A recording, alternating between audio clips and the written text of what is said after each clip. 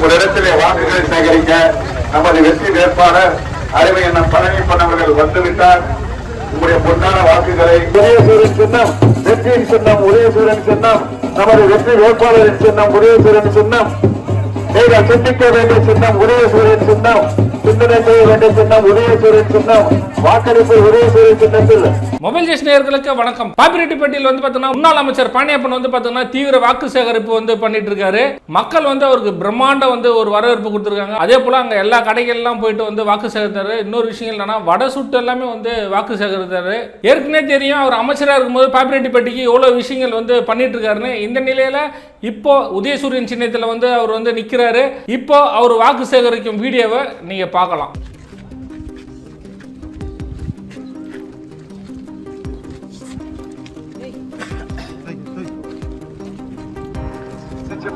அவரை பெருவாரியான வாக்கு வித்தியாசத்தில் வெற்றி பெற செய்யுங்கள். நமது தளபதியின் ஆட்சி பெற்ற அவரை பெருவாரியான வாக்கு வித்தியாசத்தில் வெற்றி பெற செய்யுங்கள் என்று உங்களை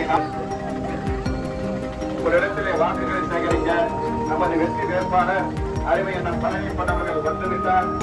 உங்களுடைய பொன்னான வாக்குகளை வெற்றியான வாக்குகளை சிந்தாமல் உதயசூரன் சின்னம், வெற்றியின் சின்னம் உதயசூரன் சின்னம், நமது வெற்றி வேட்பாளரின் சின்னம் உதயசூரன் சின்னம், நீங்கள் சிந்திக்க வேண்டிய சின்னம் உதயசூரியன் சின்னம், சிந்தனை செய்ய வேண்டிய சின்னம் உதயசூரியன் சின்னம், வாக்களிப்பு உதயசூரியன் சின்னத்தில் உங்களுடைய பொன்னான வாக்குகளை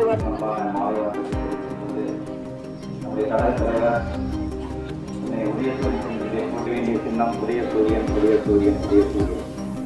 பாப்பிரெட்டிப்பட்டியிலிருந்து ஒரு எம்எல்ஏ போய் நீங்க வாக்களிக்க வேண்டிய சின்னம் உதயசூரியன் உதயசூரியன்.